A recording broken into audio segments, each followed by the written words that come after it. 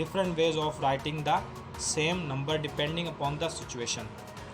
लिखने के काफ़ी तरीके हो सकते हैं, लेकिन वो क्या हमारी सिचुएशन के मुताबिक, हमारे उस वक्त के मुताबिक है, हम सॉल्व कर रहे हैं उसके मुताबिक हमें उन्हें लिखना है कि हमसे वो चाहता कैसा है, कि हमें इस तरीके से लिख कर देना है या इस तरीके से लिख कर देना है या इस तरीके से लिख कर देना है।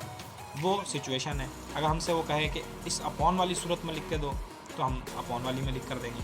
अगर वो हमें कहता है कि डेसिमल में लिख कर दो, तो हम इस वाली 0.55 वाली में लिख कर देंगे। जब हमें वो कहे कि सीधा परसेंटेज पर लिख कर दो, जो साइन के साथ, तो हम इस तरीके से कर देंगे। तो अब वो है कि conversion from fraction to percentage. अब हमें ये सीखना है कि कन्वर्जन मन हम तब्दील कैसे करते हैं। ये फ्रैक्शन में लिखा हुआ है, ये वाला जो 55/100। अब हमें क्या करना है, इससे कन्वर्ट करना है इस परसेंटेज में।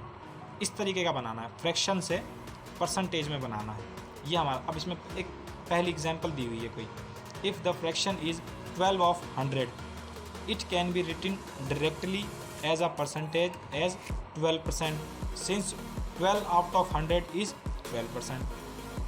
अगर कोई फ्रैक्शन है, मान वो कहता है कि ये है 1200 में से 12/100 इट कैन बी डायरेक्टली, इसे हम डायरेक्ट कैसे परसेंटेज में लिख सकते हैं कि ये 12% है, क्योंकि ये तो है ही 12।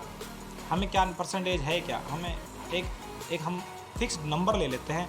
हमने भले चाहे कितने भी नंबर लिए हों, ज़्यादा हो या कम, पर हम उसको एक मिसाल के तौर पर 100 में ले लेते हैं कि हमें बस अब 100 में से बताओ कि कितने आए। चाहे हमारे 1000 नंबर हों, 2 हों, 800 हों, 500 हों, करना क्या है, हम उसका एक एवरेज बना लेते हैं कि इन नंबरों को हम उसे छोटा कर दें, कन्वर्ट कर दें किसमें, 100 में। कि अब 100 में से बताओ हमारे कितने हैं। अब ये मिसाल के तौर पर ये 12 की जगह 120 थे और ये 100 की जगह 1000 थे। हमने इसे कन्वर्ट कर दिया सिर्फ परसेंटेज बनाने के लिए, कि 1000 की जगह 100 कर दिया और 120 की जगह सिर्फ 12 कर दिया। और अब पूछ रहे हैं कि अब बताओ कि 100 में से 12 नंबर जो बनते हैं तो ये कितनी परसेंटेज होती है। तो भाई जब 100 में से 12 है तो जाहिर सी बात 12 ही होगा, 12%। जैसे 100 में से अगर 1 हो तो 1%, 100 में से 2 हो तो 2%, 100 में से 3 हो तो 3%।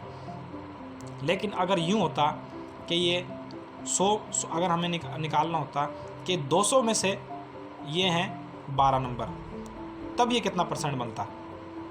फिर हमें सॉल्व करना पड़ता कि फिर क्या होता, 200 में से 12 निकालने, फिर हम इसे मल्टीप्लाई कराते हैं 100 से।